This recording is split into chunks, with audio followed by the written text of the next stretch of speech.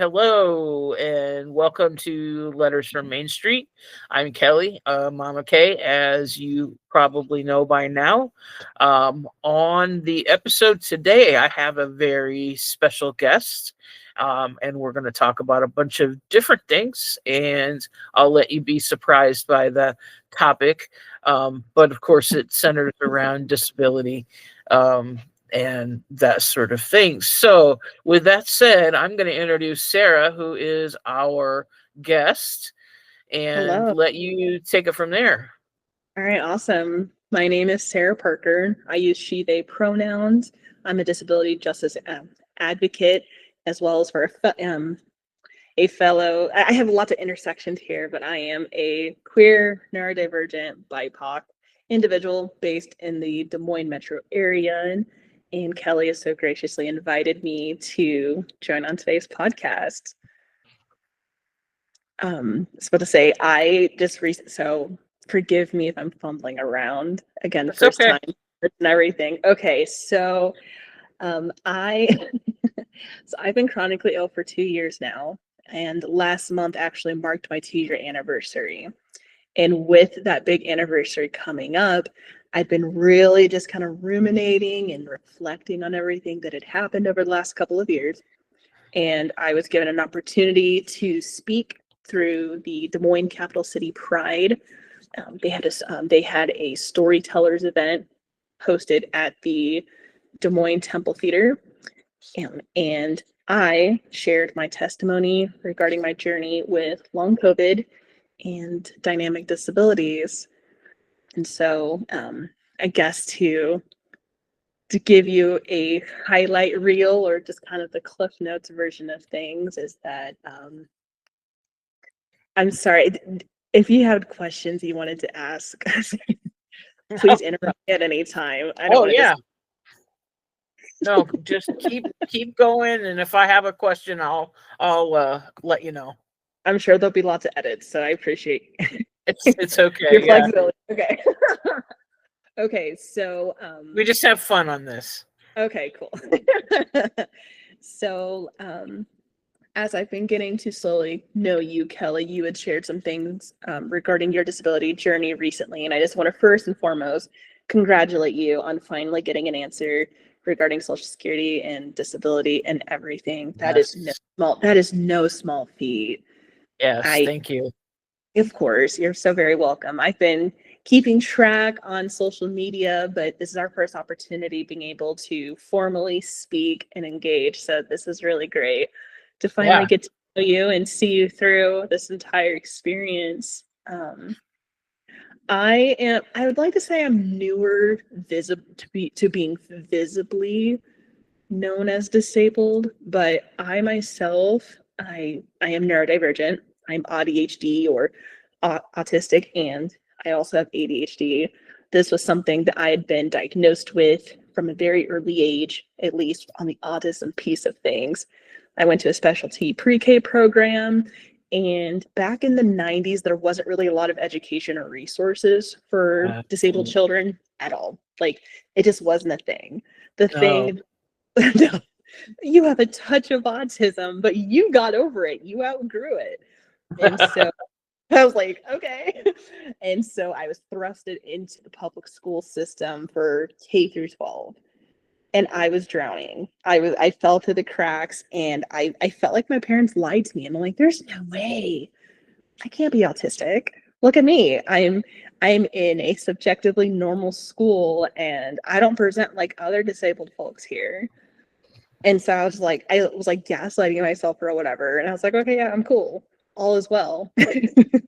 And I just barely skated by. And there were so many times where like accommodations and some assistance would have really helped. But alas, I've always had a really weird relationship with like academics and how my brain worked. And it was when the pandemic first started, or a year or two after the pandemic started, I was like, man, I feel like my brain is broken. I feel like the height of the pandemic really kind of ruined me. And for lack of better terms, like I was starting to not be able to handle sensory input, lighting, sound, crowds. the whole nine. I was almost like going through a regression of sorts, and none of it made sense. And like millions of people, I was on TikTok and my algorithms kind of pointed me in that direction. I'm like, this resonates. Either I'm a really great ally or there's something to this. And so I just want to say first and foremost to those listening that either suspect that they're neurodivergent or they like for zero doubt they know that they are. There are barriers to access for care, and there are some folks that are never going to be able to formally on paper get a diagnosis, and that's okay. Self-diagnosis is valid. Like neurotypical people don't question if there's some flavor of neurospicy, you know what I mean? Right. And there are many free resources out there, from books to podcasts to social media platforms, that can really help like bridge the gap and help you accommodate yourself to make your life easier. And if being at home with yourself and saying, hey, I believe I'm autistic and I'm going to do these things to make my life easier, that's valid. Please do it. Continue doing that, And so I just thought, like, I'm just angsty and a depressed millennial and anxious and very autistic. And I thought that was it, right? But then 2023 happened. I've always had aspirations to be a physical therapist. And so eventually I was in a pre-med program. I was doing a pre-med program. I was working full time. I also had to pick up a part-time job. And then like I had a few like volunteer obligations in the community, like a candle burning at both ends. Like you and I both know that was like way too much. But back then, like, oh, it's fine. This is a great idea. It's phenomenal. This is gonna help me when I apply to grad school. Let's do it. And so I was starting to really like wear down pretty thin throughout the fall semester. And I was like, man, I'm just sick all the time. I was sick through like half of September and all of that October. And I was like, this is really strange. I wonder why. And then November came. It was November 7th. I remember I was just heading home from work. It was a midterm election night. And so I was like, oh, I got to go. I've got to do this. I feel so guilty. The guilt of civic duty hung over me. And I was like, I don't really want to do this, but I have to. I must do this. And so I raced upstairs and I grabbed my dog and we went out for a walk to go potty and whatever. And the sun was setting. It was like 5:30 at night. And out of nowhere, I just felt my knees buckle and I collapsed onto some dewy grass. And like I barely missed hitting the pavement. Right. Oof. And so it's like, man, my ego's bruised. I'm embarrassed. And I was like, did anyone see me? Like, this is awful. I don't know what's going on. I'm just going to brush myself off and get up. But I couldn't.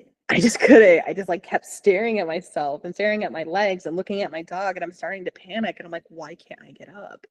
Something's really wrong. And I was just feeling really out of it and just feeling kind of out of body. And eventually I got myself up, went upstairs and rested for the remainder of the evening. And I just figured it's exhaustion. This makes sense. Whatever.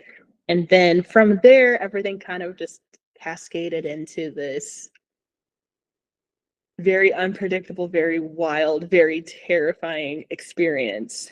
And within my family, there's a lot of like disability and chronic illness as well. A lot of my symptoms were mimicking MS. I have a family history of a lot of MS and neurological stuff. And so like I got in to see the doctors immediately and they did the full workup because they were like, yes, we think you're right. We're going to do all the tests and whatever. And then probably very similarly to you or anyone listening, you go to a doctor's office and you figure there's a quick fix. You're going to get in there, get a script, head out the door. There's something super simple that can just be like given to you and you're off on your way. And that just simply wasn't the case. And so over the next, oh, I don't know, 14 to 16 months of my body just protesting against me and everything else like that, like I was just in the dark. There was no making sense of anything. I was like, there's no way I'm a medical anomaly. You know, I was starting to experience like brain fog and very rapid cognitive decline, like to the point where like folks would have probably been like, is this really onset dementia? Like I would be parked at a grocery store parking lot and like running laps around the parking lot. I couldn't find my parked vehicle and I had it recognized. I had already passed it multiple times. I was starting to lose my ability to walk. I was having full musculoskeletal pain. I was starting to have chronic migraines, vision issues, just a whole mess of things. And my bodily symptoms mimicked so many conditions. About like every month for like the first 14 to 16 months, like my care team would have a new lead and we'd go down that rabbit hole and I would just become so obsessed. I was just so dead set. I'm like, oh, this is what it is. I've got the answers. And it's still like, oh, nope, you're normal. Your labs are fine. You know, you can have these symptoms, but it doesn't mean that like you can have neurological symptoms or wherever, but doesn't mean you have a neurological condition. And yeah. Yep. I was like, oh, great, okay. And so with the traditional medical system, they oftentimes focus on symptoms individually versus trying to find the root cause as to what's going on. And you know, I was just passed around and hacky sacked around from like doctors to doctor's office. No one knew what to do with me. And I had so many doctors fire me as a patient because they didn't know what to do with me. And it took 4 doctors and 4 PCPs and 9 different specialists before they finally landed on an answer. I was like, are you kidding me? Wow. Yeah. I feel like probably like with you and again with listeners, we know ourselves best. We know our bodies. We know what's going on. And oftentimes it's frustrating that we have to educate our doctors on what's going on with us. So like there were a lot of things that I had dealt with that I knew this is what's going on with me. It just took them forever to catch up. Yeah. Yeah. Yeah. And so I was formally diagnosed with a condition called long COVID, as well as for some other stuff. And in layman's terms, or breaking it down so it's easier to understand, long COVID is a multi-system, it's like a multi-system dysfunction in the body that occurs at least 3 months, or basically long COVID is it's like your body just it's like all of your like any complications that an individual has at least 3 months after an acute COVID infection. And with long COVID, it's basically an umbrella term. You can have all sorts of different like disorders or diseases that fall underneath there. And with long COVID, it can have upwards of like 200 different symptoms. And so it takes folks years to get answers. Right. Yeah. And so since then, I mean, I've been just slowly but surely just like doing my own thing because no one else has really known what to do with me, trying to rehab myself, you know, progress. My like healing journey and progress hasn't been linear, but it has been evident as time has gone on. I've learned to adapt and adjust. You know, like people are like, you know, have folks will come to you and be like, "You're so inspirational. You're so strong." And I'm like, "What choice? What choice?" Yeah. And so, with my lived experience, I was like, "Oh my gosh, this is just ridiculous."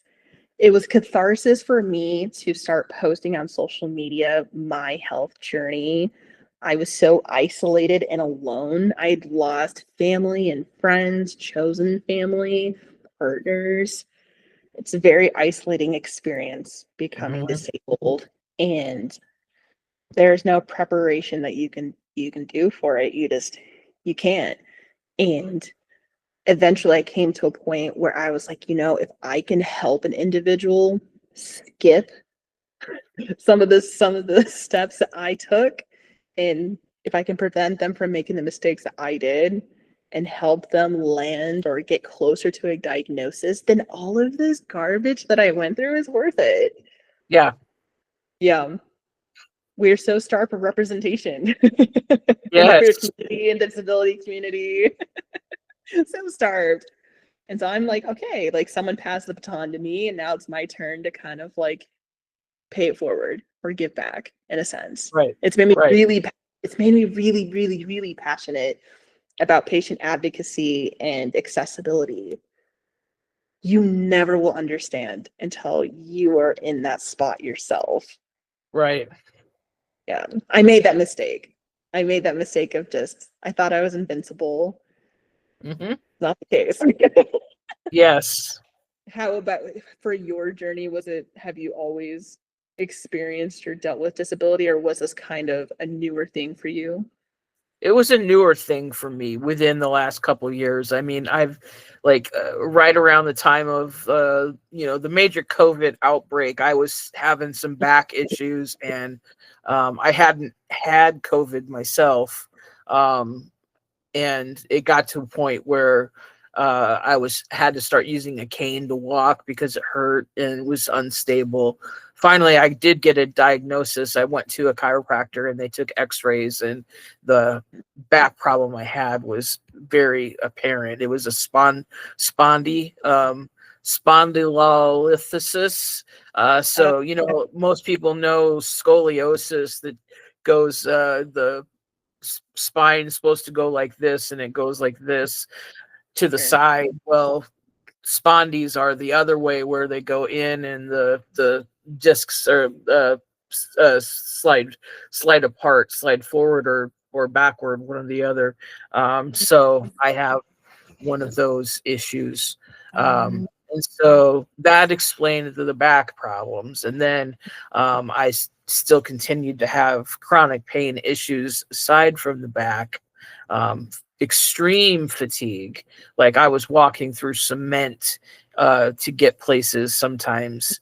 Um, and was just like, oh my goodness, just so exhausted. And finally, I had know somebody else who has fibromyalgia and kind of talking about symptoms and things like that, especially symptoms of fibromyalgia in women, um, Mhm. and which can be different. As a lot of things in the medical field, guided towards men and their experiences, but Mhm. fibromyalgia specifically, then towards women and women's experiences Mhm. and symptoms and whatnot. So I approached my primary care doctor with that, and I was very fortunate to have a good primary care doctor. I found the good chiropractor. um, I found I go to a pain clinic as well, and I Mhm. found great care there. Mental health care all around. I did not, Mhm. fortunately for me, but unfortunate for most people, I think, that do go through the same kind of journey that you did with doctor hopping, not necessarily by your choice.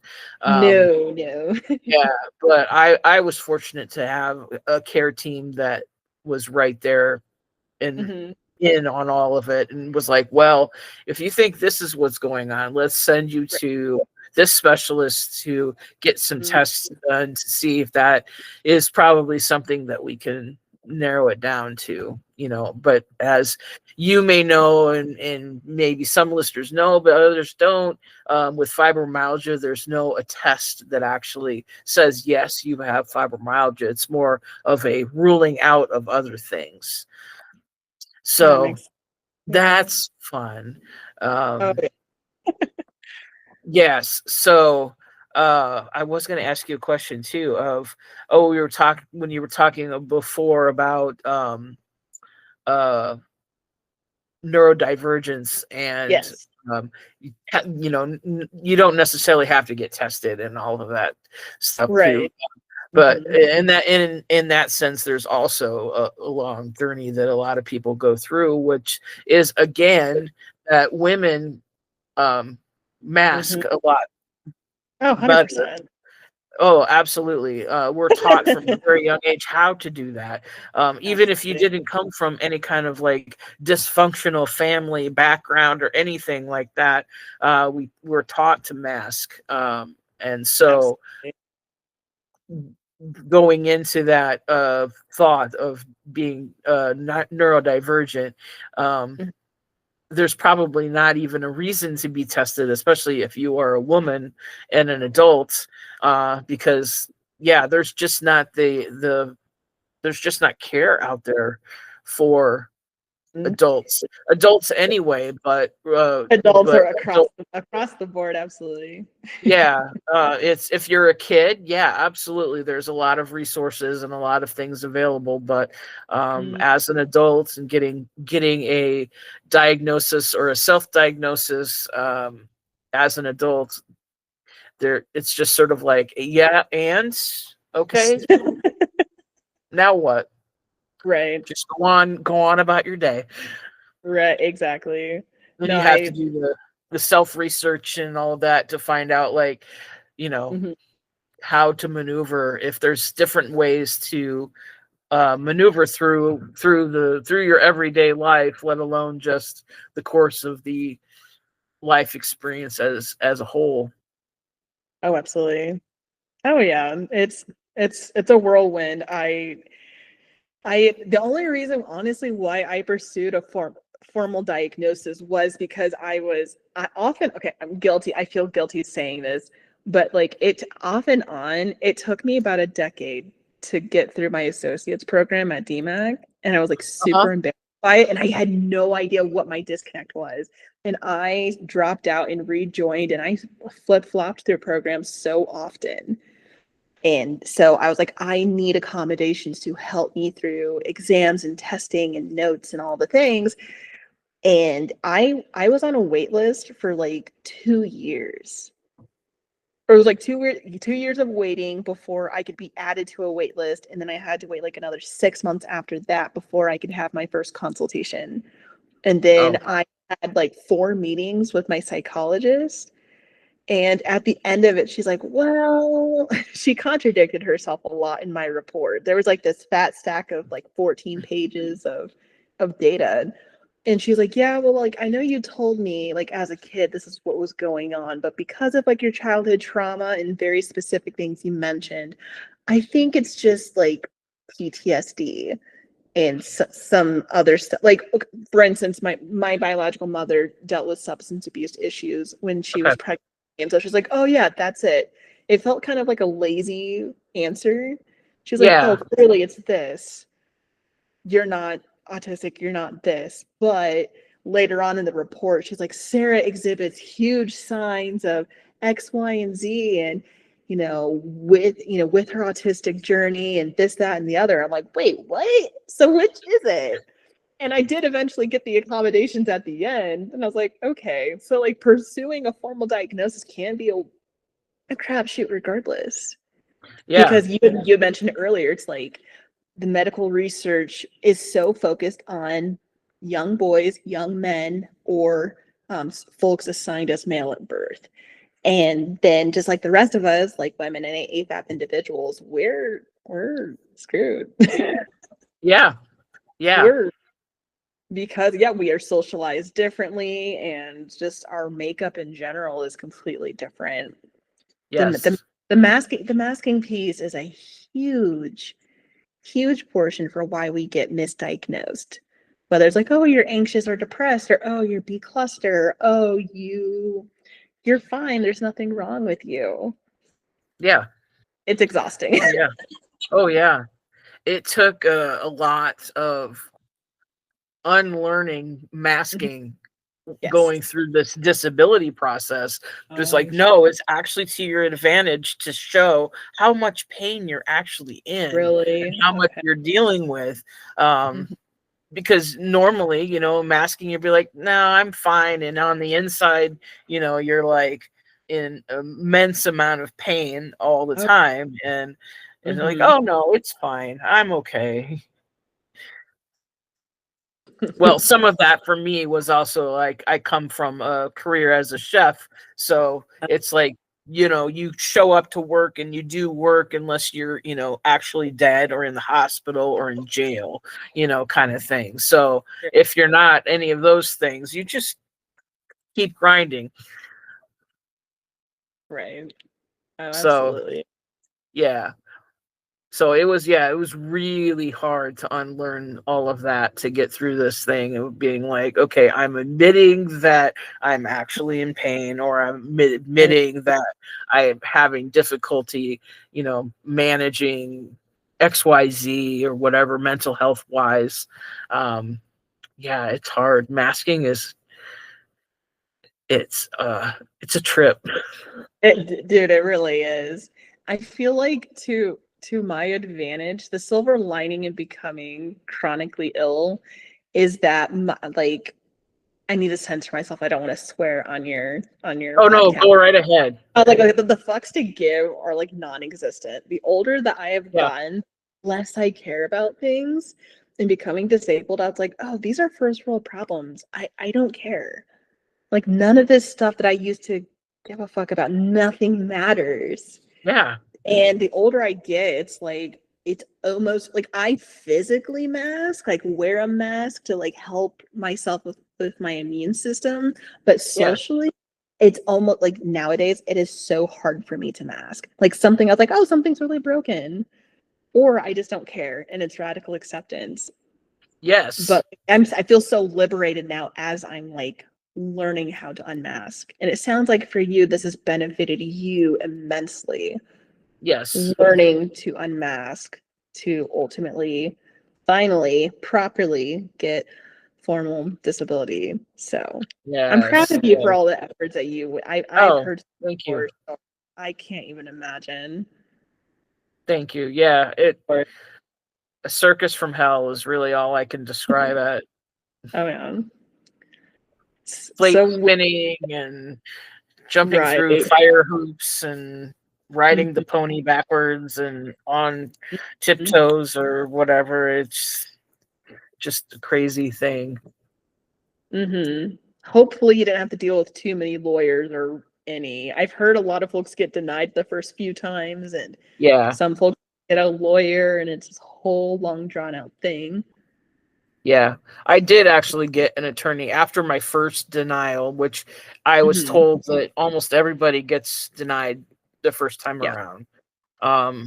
And so, I went through a couple different denials and finally had an actual hearing in November of this year. I'm sorry, not this year, last year, 2025, and then got my decision in December. I'm still getting used to the fact that we just switched years.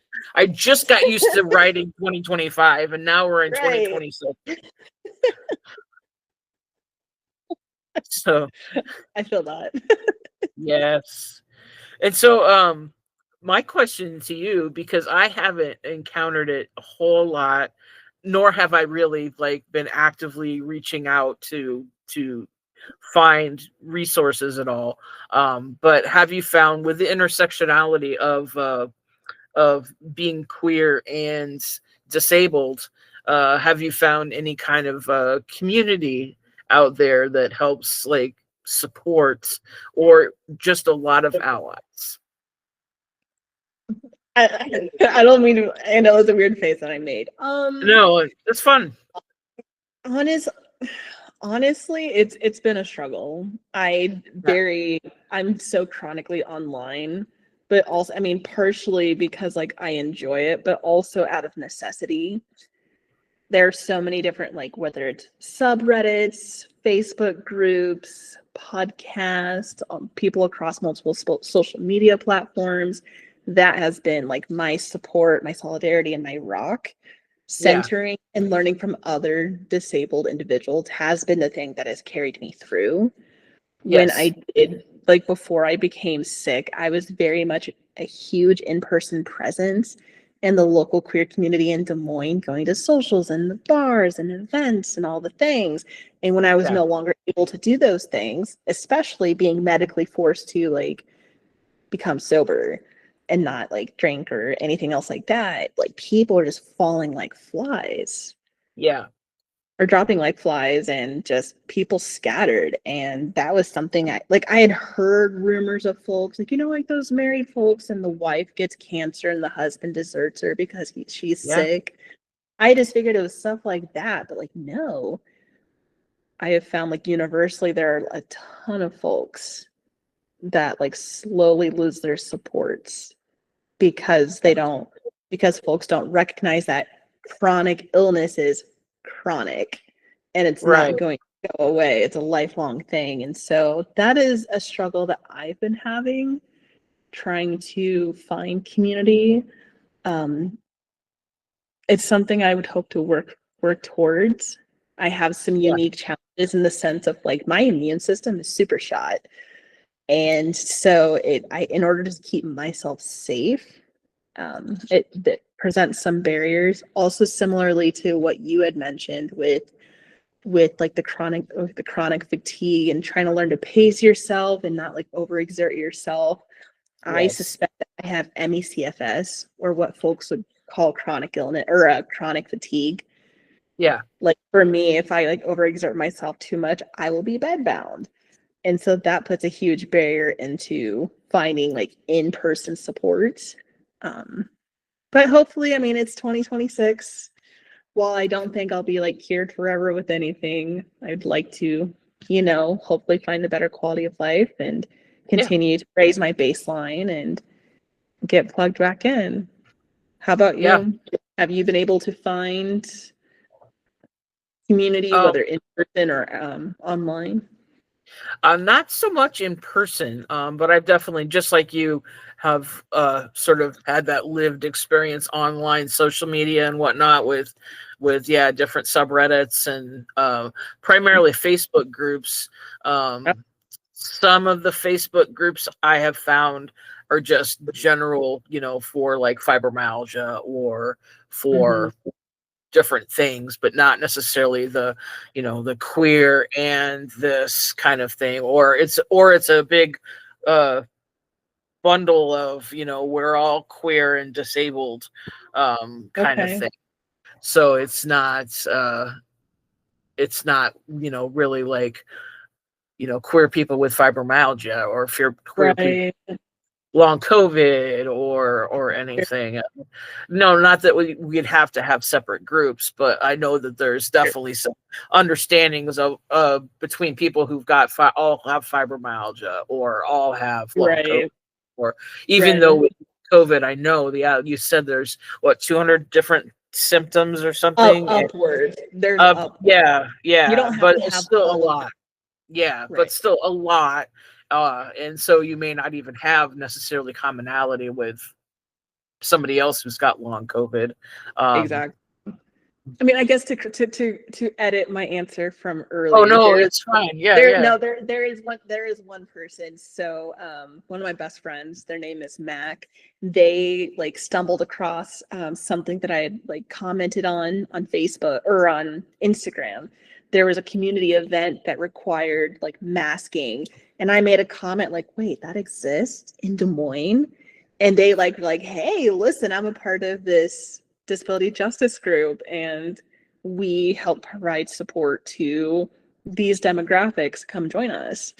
And so they were the first person I'd ever interacted with in the state of Iowa, or just real life individual that also has long COVID and is Ah, disabled and has a lot of it. They're queer and they're disabled, and those intersections there. And I was just about to give up on all the things, and I just figured I was a yeah. lost cause, and if I die, I die kind of thing. But I Right. really, Oh, really credit their support and their friendship to help carry me through a lot of this. And therapy. Lots and lots and lots of Oh, therapy. good So drugs and it's a therapy. small but mighty group of folks that hit different intersections. Yeah, that's great. I know one of the obstacles I have with trying to find like in-person community in that sense Mhm. um, is that with my fatigue that I have and brain fog, sometimes I just don't even want to go anywhere. I'm trying to Oh, get better about it. I'm definitely trying to get better about, going outside of the house besides right. running errands. I know the Yeah. winter weather is not helping at all. Um, No. but I did just get a mobility scooter. I think in Awesome. like, I don't remember. I can't remember when exactly. Uh, it was in the last like 6 months, we'll say, Okay, sure. ish. Um, Mhm. I think actually I got it in the summer, like early summer, of 2025. Of 2025. Isn't that wild? Yeah, Good for you. yeah. So that's gonna help me when the warmer weather hits, so that I'll be able to, you know, cruise around a little bit more. And Mhm. now I'm actually back living in Cedar Rapids, where before I was living in kind of a rural area that wasn't Okay. really conducive to just, going and just running around town or anything Oh, like that. Um, so this will be nice to be back in Cedar Rapids yeah. and more Same. metropolitan area. Um, Yes. yeah, but Mhm. going back to my original point about Mm. kind of feeling um locked in and not necessarily wanting to leave the house. It is 2026, and obviously Mm. you and I are doing this we're using Google Meet to Mhm. do this, and hopefully you can't hear my cat in the background who is I hunting haven't, no. toys right now. She's a tortie, and she likes to be very vocal about hunting. I actually just adopted a tortoiseshell kitten, like, last Oh, I week. think I did see that. Yeah. Yes. Distraction, squirrel. Right, right. Anyway, No, you're good. so what I was saying was it is 2026. Mhm. And with that, and I'm sure that there are other folks out there who might have challenges to leaving and being part of, something, whether even if it wasn't something held in a bar or something like that, Right. because that's a whole separate issue of stuff. Oh, Um, but even just like if there was a meeting at the library in a meeting room or something, that some people have the mhm. obstacle where they can't leave the house Yeah. um on their own either. Mhm. So I thought might be fine thing to start doing was maybe just have a little um you know Google meetup or something like that, Yeah. where we can do just like this without having, the recording part of it. But just, having people just get together and just chit Yes. chat about experiences and fun things that are not all about, our pains and woes. Right. They could be Okay. too, but, just to have fun together. Absolutely. And cry together if needed, or, just to lend support. That sounds awesome. But we can go back to talking about like having a meetup kind of thing or something, Absolutely. um, where it's virtual, and Mhm. sometimes people can pop in and out. They don't have to have their cameras on if they don't want to. They don't have to talk if they Mhm. don't want to. They can be lurkers in the background. That might be fun. I think that'd be nice. That'd be You nice know, to coordinate something eventually. I know that, like, logistics can be hard, and again, with every day is, at least for me, dynamic disability being that, like, I never know how I'm going to feel day by day. I yeah, literally have to go with the flow. yeah. I know people have a hard time making plans with me because I'm like, well, it sounds like a great idea. I'll have to see Right. how I feel. 100%. Excuse I me. can't commit to it until the day of, and even then, that's Yeah. kind of iffy. If the stars Yeah. align just right. Yeah. Yes. I'll try not to do absolutely anything for 2 days beforehand and see what happens. Exactly. Right. You feel me. Yeah. Those are logistical things people just don't know unless they also relate. Yes. Yes. The spoon theory is real. Seriously. Oh Where my god. most people will start out with 15 spoons. We Mhm. start out with maybe 10 if we're lucky. Just getting Right. out of is like 5. Yes. 100%. No, I resonate a lot. Yeah. Oy. I don't know whether sorry, going back to the whole weather thing. For me, it's like there's really like such a small window of time, like autumn, for like 2 weeks of like the autumn season. Like I'm like feeling phenomenal and I want to do Yes. all the things. I feel like a new person.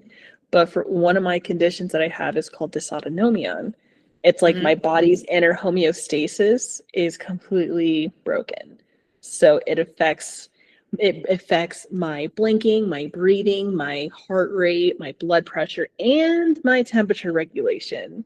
Oh. So like I am like medically barred from being outside after like a certain temperature point. Ooh.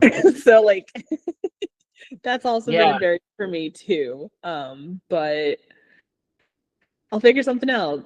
I will. Yeah. Yeah. Yeah. I have a similar with fibromyalgia. One of the symptoms I have is uh more sensitivity to extreme heat than cold. Mm-hmm. Absolutely. Where I used to be able, I love fishing, and during the Sure. summertime, I love going fishing. But sometimes when we have summer days where it's really, really incredibly hot out, there's no way that I would even think about going out now. Where it No. used to be just like, oh, it's hot, I'll sweat, it'll be fine. Exactly Uh, right. but now it's like, no, I might feel like I'm going to die. Exactly right. I don't want to be wheeled out on a stretcher. Trust me, it's fun. I'll Right. stay back. You have fun now. Yeah, exactly. Exactly. Yeah. So So, what adventure? Sorry, go ahead. oh no, I was just gonna say that we have about 10 minutes before Hmm. it's our hour time. Oh, I'm sorry, like my phone is over here ringing. Um anyway, you were gonna ask me a question. I was gonna say now that you're court and the appeals now that everything's done with appeals, like what adventures await you? Do you Um know yet? yeah, well I've been trying to, you know, sort of get into that. One of the things that I've been doing is working on writing. I Hmm. just self-published a cookbook. Um, Awesome. That's great. yeah, thank you. And Word. I'm gonna work on a second one. Um, Hmm. the first one was based on the little restaurant that I had. I had a restaurant out of Nubo City Market here in Cedar Oh Rapids, yeah. Hmm. um, which was a business incubator. So it's more like a stand than a restaurant, Okay. but Hmm. still producing everything as you would at a restaurant, just a really small one. Um, Right. Yeah. and I closed that in 2023. Uh, Hmm. right, and that was where kind of my disability onset really like hindered me from progressing in Sure. that. Um, so uh, the first cookbook that I just did was from recipes from that place. That's awesome. The second one is going to be probably more like other personal recipes and things for my grandma, Hmm. stuff like that. So uh, Nice. there's probably at least a good couple cookbooks in there. And That's then I'm awesome. trying to like do more like short story writing, because I found that writing a novel is just too much. Just it gets overwhelming. I bet. Yeah. So short stories, I think, are going to be the way to go for that. So we'll see how Great. that pans out. No, that's Oh, awesome. my eye just started watering like crazy. Sorry. No, you're I'm fine. not You're crying, I swear. good. You're so passionate about this. Yes, passionate about my cookbooks. Yes. Anyway, yeah. Good for How you. about you? Like, what kind of things are you pursuing now, Mm-hmm. moving So, forward? yeah. So, hobby-wise, since we're on the topic of hobbies, I started learning how to play piano last March, self-taught, going through like YouTube videos and other Yeah, things like that. And I had just invested in some online lessons through like there's like an app, there's a platform called Muzora. They offer like different like vocal lessons and piano, guitar, drums, etc. And so it's the most accommodating for me since I can't yeah, go in person and drive out and like afford going to like a legitimate instructor. So I really am working on being more intentional with like my practice with piano, whether it's like technique and theory. And ultimately, I want to eventually get into songwriting and learning to accompany myself because similar to you, I've been dabbling a little bit with like writing on my end. Like over the summer, I had like written like two poems and then I just kind of like had this writer's block. And so I'd like to eventually get back into it with focusing on songwriting. I don't know if I'd ever nice. see myself performing around other people, but like it's been very cathartic during the chronic illness journey to have some sort of outlet. Yeah, Yeah. And then definitely. and then academically, I'm in an online program for healthcare administration. It's like business with a healthcare focus. Okay, okay. And so just trying to crank through classes, I eventually would love to pivot into a non-clinical position. My body can't really handle like super like physical stuff anymore, but I would Yeah, love to get patient advocacy or working in a community clinic and helping serve some marginalized communities, whether it's like queer and trans folks, people of color, disabled populations, and stuff like that. Like that's the end game eventually with my career. Like if everything aligns, that's where I'd like yes. to go. And so Good, school is going to be my focus, like very heavily, so I could get closer to that. good, good. Yeah. Do you have any other final thoughts or anything, or questions you want to ask me before we wrap it up here? You know, where can we find your cookbooks? Are you going to be, is this going to be digital or through any sort of online stores or in person? Um, it's actually it's a self-published through Amazon. Oh, So I know awesome. as much as people don't like Amazon, I'm not crazy about it, but it is a way for somebody like Mm. me to self-publish and not have to go and, cross my fingers that some, big publisher will pick it up. So I have posted it on my personal Facebook page. If you could find my restaurants page on Facebook, Mhm. Grandma's Cellar. Mhm. I've got the link there.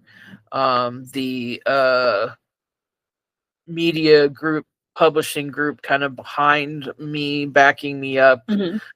is the MK6 Media Group. Okay, great. Uh, and so you can go to their page as well Mhm. and um, find the link there. But primarily, since Cool. you and I are friends, you can see it on my page. And actually, I Sounds just good. posted something today. So Oh, did you really? Okay. yeah, but yeah, I can also just put that in the comments or Oh, something for like sure. that on this episode Cool. when I post this episode. Sounds good. That's all I had for questions. I was like, let me like help you plug yourself. You know, we need to get the word out Oh there. yeah, Just thanks. so excited Yeah, for you. yeah. I'm excited to see it all come together. And I have Mhm. a friend of mine in Chicago who's does graphics design and things like that. Mhm. Actually, helped me design the whole book, so it looks really great and it's got great content. So I'm Awesome. I'm proud of it. You should be, of course. That's Yeah. awesome. Well, thank you so So much for having me on yeah. today. I really appreciate your flexibility and you being willing to meet with me. Much appreciated. Oh, absolutely. Yes. Well, thanks for coming on the episode, and Cool. we'll feel free to invite yourself again on another time. I know I invited you this time, but you can always come Right. back again, and we can talk about more things, other things, whatever. But I do really want to start that group of virtual meetups. So I will Mhm. probably reach out to you at some point and be like, okay, we're going to be the first two members for sure. Awesome. That So, sounds great. I all look right. forward to hearing about that. All right. Well, Yes. Well, thanks for watching, everybody. And um, always, if you've got questions that you want to either ask either one of us, and you want to have those answered, the email address is letters from Main Street 054 at gmail.com. Otherwise, you can put your questions in the comments and we'll get back to you on that. Um, thanks for watching, and we'll see you next time. And love to you all. all right. Thank you, Take care. Sarah. You're All right. welcome. Good day. Bye. And bye bye.